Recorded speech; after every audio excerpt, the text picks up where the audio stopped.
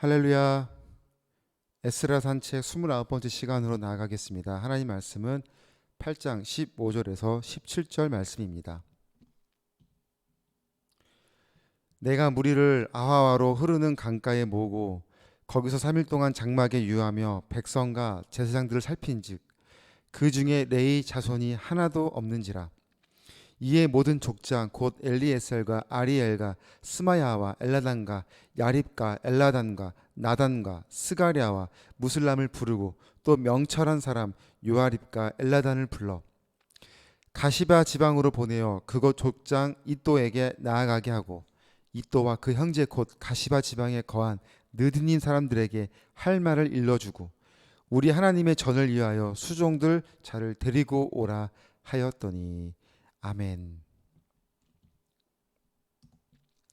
큰 잔치를 준비하고 있던 어느 주인은 벌써 며칠 전부터 분주한 시간을 보내고 있습니다. 혹시나 음식이 부족하지는 않을까 하는 생각에 잔치에 초청한 사람 수보다 더 많은 음식을 마련하였습니다. 그리고 마침내 잔치가 열리는 아침을 맞이했습니다. 주인은 들뜬 마음으로 손님을 맞이할 막바지 준비에 여념이 없습니다. 그런데 잔치 시간이 다가오는데도 한 사람도 먼저 오는 사람이 없었습니다. 약간은 불안한 마음도 있었지만 다들 제 시간에 맞춰서 오려나 보다라는 생각을 하면서 기다렸습니다. 그러나 불행하게도 결국 한 사람도 그 잔치에 오지 않았습니다. 주인은 너무나 황당한 이 상황에 강한 화가 치밀어 올랐고 동시에 왜라는 생각을 하고 있었습니다. 도대체 왜? 어떻게 한 사람도 오지 않을 수 있단 말인가? 잔치에 참석하지 않은 사람들의 입장에서 두 가지를 생각해 보면, 첫째는 잔칫날을 잊어버린 경우가 있을 수도 있고, 둘째는 잔치에 별로 가고 싶지 않은 경우가 있을 것입니다. 그러니까 사실은 이 두 개는 다 같은 마음이에요. 잔치에 가고 싶지 않은 마음이었죠. 누가복음 14장 18절에 이렇게 말씀합니다. 다 일치하게 사양하여. 그러니까 초청받은 모든 사람이 모두가 일치하게 사양하는 마음이었다고 성경은 설명합니다. 오늘 본문 에스라 8장에서 에스라와 함께 2차 귀향길에 오른 남자의 수를 쭉 더해 보면 약 1513명 정도가 이제 되는 걸로 계산할 수 있습니다. 남자만 1500명이 넘으니까 당시에 여자와 아이들까지 합치면 약 5000명의 사람들이 2차 귀향길에 올랐다고 보여집니다. 그런데 1차 귀향민이 42,360명이었는데 2차 귀향명이 5,000명이라고 한다면 많이 부족한 수라고 우리가 보여줄 수 있으나, 지금 이 상황은 80년이 흐른 시점에서 에스라와 함께 다음 세대의 사람들이 함께 하였다는 것을 생각해 보면 5,000명은 그렇게 적은 수는 아니었다고 보여집니다. 그런데 오늘 말씀을 살펴보면 이 많은 사람들 중에 한 자손이 없다고 하였으니 바로 레위 사람들이 없었습니다. 15절을 다시 한번 읽어보겠습니다. 내가 무리를 아하와로 흐르는 강가에 모으고 거기서 3일 동안 장막에 유하며 백성과 제사장들을 살핀즉 그 중에 레위 자손이 하나도 없는지라. 앞으로 그들에게 찾아올 역경과 고난의 상황은 차치하더라도 지금 이 2차 귀향길에 오르는 이 상황은 하나님의 백성으로 정체성을 다시 세우고 하나님께 그들이 그 먼 길을 선택한 결정적인 이유는 하나님께 예배와 찬양을 올려드리기 위함이고 무너진 예루살렘 땅을 다시 회복하고 바로 세우기 위함이며, 그래서 기꺼이 자신들의 삶을 던지는 그들의 헌신이었고 하나님은 그들의 헌신을 받으시는 상황이었습니다. 따라서 지금 이 에스라 8장은요, 영성으로 충만한 자리이고 동시에 하나님의 은혜가 충만한 마치 잔치와 같은 그런 기쁨의 자리였다는 것입니다. 그런데 그 잔치 자리에 레위 사람은 한 사람도 참여하지 않았던 것이죠. 초청을 했는데 그 초청에 응하지 않았습니다. 초대에 응하지 않은 사실을 주인에게는 어떻게 다가왔을까요? 지금 이 에스라가 힘차게 출발해도 모자랄 판에 에스라와 함께하지 않는 레위 자손 사람들이 있다는 상황은 에스라에게 어떻게 지금 다가왔을까요? 인간적으로 실망하거나 좌절할 수 있죠. 멋진 계획을 세웠는데 아무도 그 계획에 호응하지 않을 때 속상함은 너무나 클 것입니다. 그런데 놀라운 사실은 에스라는 조금도 동요하거나 흔들리지 않았다는 거예요. 뜻대로 되지 않는 상황, 사람이 모이지 않는 것에 대하여 실망하거나 좌절하지 않았습니다. 레위 자손이 한 사람도 모이지 않았던 사실을 알게 된 에스라는 조금도 망설이지 않고 즉시 사람을 구성하여 레위 자손이 모여 있는 그 지역으로 파송하는 거죠. 17절을 다시 한번 보면 가시바 지방으로 보내요라고 하죠. 이 가시바 지방으로 곧장 보냈다는 것은 이 가시바 지방에 레위 자손들이 모여 있다는 것을 알 수 있어요. 그러니까 에스라는 말씀에 확신이 있었고 하나님의 음성을 듣는 가운데 그 자리에 세워져 있었기 때문에, 그러니까 하나님의 일이 곧 자신이 해야 하는 일인 것을 알았고요.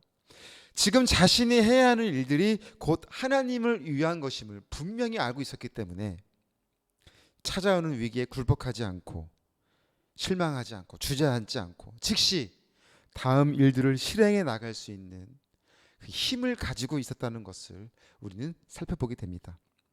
또한 그렇게 하는 것이 옳은 길임을 18절을 보면 이렇게 설명하고 있거든요. 우리의 하나님의 선한 손에 도우심을 잊고. 그러니까 하나님이 이 본문의 말씀처럼 또 에스라의 이름처럼 하나님은 그 상황 가운데 도움을 베풀어 주셨다라는.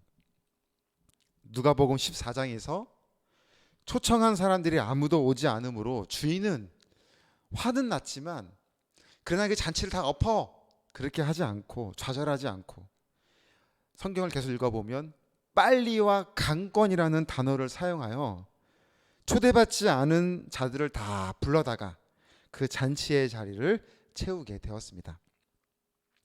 최근 저에게 조금 어려움이 생겼어요. 식당에 들어갈 때 시끄러운 노랫소리를 이렇게 들으면 머리가 하얘지고 막 가슴이 떨리고 막 안절부절 못하는 그런 지금 증상이 막 저에게 최근에 막 이렇게 생기게 되었어요. 그러면 이제 주인에게 좀 노랫소리를 줄여달라고 하거나 꺼달라고 이야기를 하죠. 근데 이렇게 막 이렇게 마음이 막 어려운 그 마음을 진정하려면 많은 시간이 이제 걸리는 지금 상황이에요. 그러니까 좀 불편하더라고요. 어디를 이제 가는 게 좀 주저하게 되는 상황이었습니다. 상담복지 공부를 좀 했기 때문에 제가 왜 이런 증상이 있는지는 좀 알고 있고, 그래서 이제 좀 관련된 이제 병원을 좀 알아보고 있는 중인데요. 그래도 다시 한번 제가 이 증상을 검색을 해보니까 저와 같은 어려움을 겪는 사람들이 많다는 것을 알게 되었어요. 그러니까 제가 왜 힘든지는 알겠는데 이거를 의사 선생님이 알까 이런 생각을 했었거든요. 근데 저와 같은 증상으로 고민하는 사람들이 많다는 걸 알게 되었어요. 그리고 하나같이 그 원인을 불안이라고 이야기를 하더군요. 극도의 스트레스로 인해 자율신경에 문제가 발생하는 불안 증상이었습니다.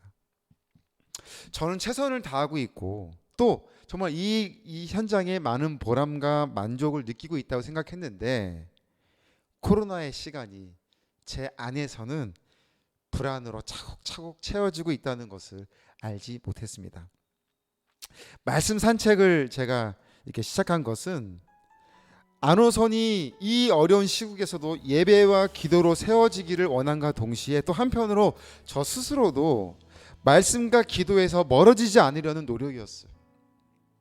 그럼에도 오늘 에스라의 모습을 통해서 저를 다시 한번 비교해 보니까 말씀과 기도로 세워지는 것이 아니라 강하게 세워져 있지 않으면, 아주 찰떡같이 딱 붙어 있지 않으면 작은 바람에도 흔들리는 연약한 존재인 것을 다시 한번 알게 되었고, 이만하면 됐지 하나님께는 그것이 없다는 것을 다시 한번 알게 되었어요. 많은 분주한 가운데 말씀과 기도가 온전하지 않으면 그 아무것도 아니었다는 것을 다시 한번 생각해 보게 됩니다. 사랑하는 여러분, 지금 여러분의 삶 가운데에도 어려움으로 찾아오고 있는 고난이 있으시죠? 어찌할지 몰라 우왕좌왕할 때도 있는 그런 연약한 상황 가운데 있을 수도 있습니다. 근데 우리가 한 가지 분명한 것은 우리가 그런 연약한 존재인 걸 인정하는 게 우선이에요. 내가 뭐 그렇게 하다가는 꼿꼿한 이 목으로는 무너지기 부러지기 십상인데요. 그럴 수 있는 존재인 걸 인정함과 동시에 지금 우리가 이 물에 빠져 허우적거리고 있는 것이 마치 주님을 보지 않고 주위의 파도를 보고 물에 빠진 베드로와 같은 그런 모습은 아닌지를 먼저 점검해 봐야 합니다. 너희 믿음이 어디 있느냐? 주님의 이 책망의 말씀에는 한편으로는 동시에 말씀과 기도로 바로 세워라라고 하는 주님의 격려의 말씀이기도 하는 거죠. 실망하지 않고 담대히 그것을 극복해 나갈 수 있는 힘은 내 안에 있는 영성인데 오직 하나님과의 온전한 관계 가운데 채워줄 수 있음을 다시 한번 기억하고, 에스라와 같이 우리의 삶 가운데 있는 모든 것들을 아주 힘차게 망설이지 않고 즉시 다음 일을 수행할 수 있는 그런 저와 여러분의 삶의 은혜가 있길 바랍니다. 아멘. 오늘 기도하겠습니다. 제목을 보시고 에스라의 모습처럼 흔들리지 않는 영성의 사람이 되도록, 또 하반기 안호선의 사역이 풍성한 결실을 맺을 수 있도록 신성고 비대면 봉사 47기 교육 수료식 또 로덴나무 쉼터 운영을 위해서 우리 같이 기도하시겠습니다. 사랑의 하나님 감사합니다. 오늘 우리가 무너지고 있는 혹시 하나님이 보시기에 여전히 부족한 것이 있는지 우리가 점검하게, 하나님, 어찌 사람이 많은 계획들을 뜻대로 이루어져 나가겠습니까? 당연히 실패와 좌절이, 내 마음은 백이나 주변의 사람들이 함께하지 않는 그런 상황들이 늘 우리 삶 가운데 있는 것을 우리는 인정하고 있는지, 먼저 우리가 그럴 수 있다는 인정과 같이 이제 그런 상황을 맞이할 때 내가 실망하고 좌절하고 마음속에 마음 안 맞는 먼저 그런 모습을 우리가 이 시간들을 보내고 있지만, 겉으로 보기에는 멀쩡해 보이나 속은 흐트러져 가고 있다는 것을 미처 깨닫지 못하는 우리의 삶은 아닌지, 주님만 바라보고 걸어가며 인간이 할 수 없는 베드로는 바다 위를 걸어갔습니다. 금방 자신에게 몰아치는 작은 파도에도 시선이 빼앗겨 깊은 바다에 빠져버리는 그런 모습이 오늘 우리에게는 있지만, 너희 믿음이 어딨냐라고 말씀하시는 주님의 그 책망에 부끄러움을 느낍니다. 하나님 죄송합니다, 부족합니다, 이것이 하나님 연약했습니다 라고 말하는 동시에 한편으로 주님은 우리를 목자 없는 양같이 우왕좌왕하고 있는 우리를 국민의 마음으로 바라보시며 그런 그 말씀과 기도로 더 세워지기를 원하는 그 격려의 음성으로 우리가 듣기를 원합니다. 아버지, 에스라처럼 흔들리지 않는